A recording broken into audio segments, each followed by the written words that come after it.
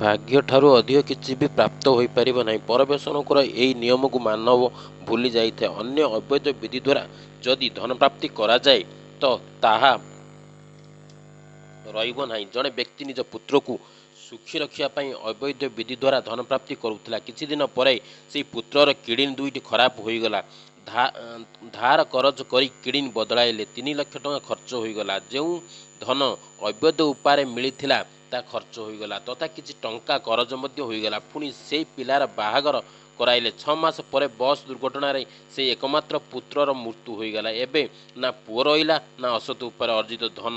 ଶେଷରେ କ'ଣ ରହିଲା? ଅସତ ଉପାୟରେ ଧନ ଉପାର୍ଜନ ପାଇଁ କରାଯାଇଥିବା ପାପ, ଯାହା ଏବେ ବାକି ଅଛି, ସରି ନାହିଁ, ତା ଭୋଗିବାକୁ ପଡ଼ିବ। ଯେଉଁମାନଙ୍କ ନିକଟରୁ ସେ ଅର୍ଥ ଠକି କରି ଆଣିଥିଲେ ସେମାନଙ୍କ ଘରେ ପଶୁ, ଗଧ, ବଳଦ, ଗାଈ ରୂପରେ ଜନ୍ମ ହୋଇ ଋଣ